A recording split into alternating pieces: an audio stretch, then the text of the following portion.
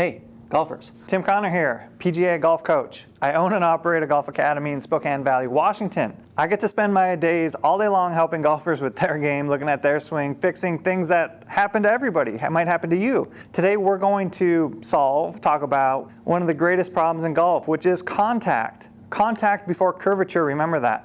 A lot of people skip that step, so they jump straight to the curvature step where they're trying to hit it relatively straight. You can't skip to that step without having good contact first, and that's what we're going to talk about today. If you thin it, you fat it, this video is for you. Let's dig in and let's talk through how you can create better contact so you can then dial in your curvature. And eventually hit more greens, have more fun. That's what it's all about. Hit more greens, shoot better scores. Let's hop in and talk about how to create better contact. All right, let's jump in and get straight to the thick of it. If you have contact problems, thinning or fatting it, it's because you have low point problems. The swing is like this circular ellipse. So the club travels up and down, and where the club hits the ground is essentially going to determine what your contact is like. For almost everybody that hits it both fat and thin from the amateur golfing world, it's because that club tends to bottom out early. So if I'm swinging from over here, that club tends to bottom out early of the golf ball, and then it does one of two things. Digs in, and that's a fat shot, or it elevates, and that's a thin shot. All of that boils down to, where do you hit the ground? Can you hit the ground in front of the golf ball? Let's start there. So a perfect contact is, if your ball is on my hand, that club should come from above. It should hit the ball, and then it should hit the turf in front of the golf ball, on the target side of the golf ball. That's perfect turf interaction. And you get to see that with some of that super slow-mo when watching things like the PGA Tour, LPGA Tour, stuff like that. And that applies to when your ball is on the ground, which is most of golf. If your ball is on a tee, if it's elevated, now we want that club working on a slight upward arc into the back of the golf ball. If you work or have some resources available to you and you can measure your angle of attack, that's like the specific metric we can target in on to tell if our club is hitting down on the golf ball or hitting up on it. Up off a tee, down on the ground. Let's get back here. So this famous move, casting the club, getting rid of your angle, that's going to attribute to you hitting the ground sooner. So the number one thing for most of you that you need to get better at to create better contact more often is the ability to create angle in the wrists and maintain that angle longer. And if we do that, we're going to hit the ground more forward. I'll demonstrate over here. If I have angle in my wrists, you can see my club is above the ground.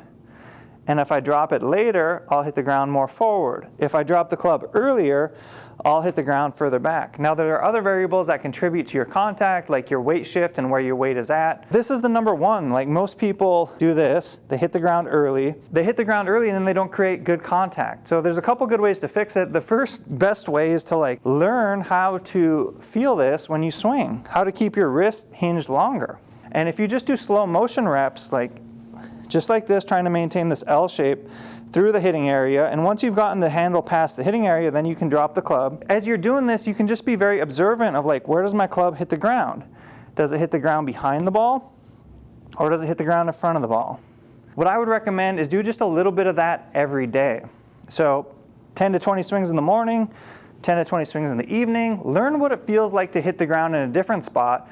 Measure where you're hitting the ground. Get better at it. Now let me give you an example of wrong versus right. And actually casting the club, I've learned to be pretty good at making a variety of swings to demonstrate things. But casting the club is super uncomfortable and really difficult. But it looks something like this. The club drops early.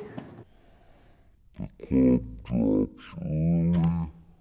your extreme worst example, that was 35 degrees up. I'll typically see players from anywhere from a few degrees up to even more than that. Now doing it differently, we're going to maintain wrist angles, drop the club later, and we'll see that angle of attack number shift downward.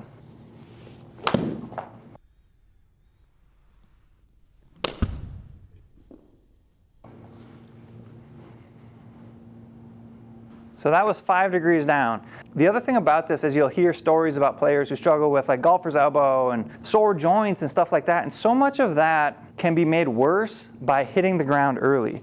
It creates a very uncomfortable contact scenario that it stinks. It's hard on your joints. It's not that fun to play the game.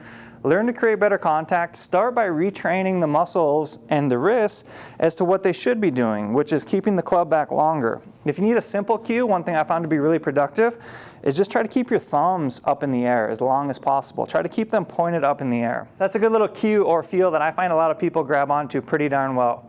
Now I have a variety of drills that work for this, but I kind of like to start here with the idea and some retraining and some slow swings, because at the end of the day, you have to be able to make these golf swings on the golf course yourself. You want to be able to feel it and recreate it. If you're having a real difficult time, you can backfill with drills. And we can talk more about specific drills that might be productive. If you want to see some of that or have any questions, drop them down in the comments below. And start here. Start with like, where do I hit the ground? How do I hit the ground in the right place? How do I train my hands to feel what it feels like to hit the ground in the right place so I can create better contact? Do a little bit every day. 10 to 20 swings in the morning, 10 to 20 swings in the evening is a best practice to retain some of that muscle memory.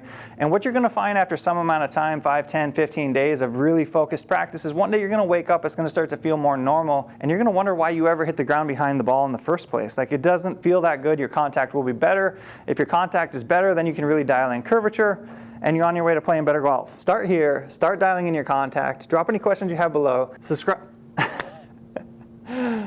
to this channel if you'd like to crush your golf learning curve. Work a little bit every day in the name of better golf. I'll catch you back here for the next video.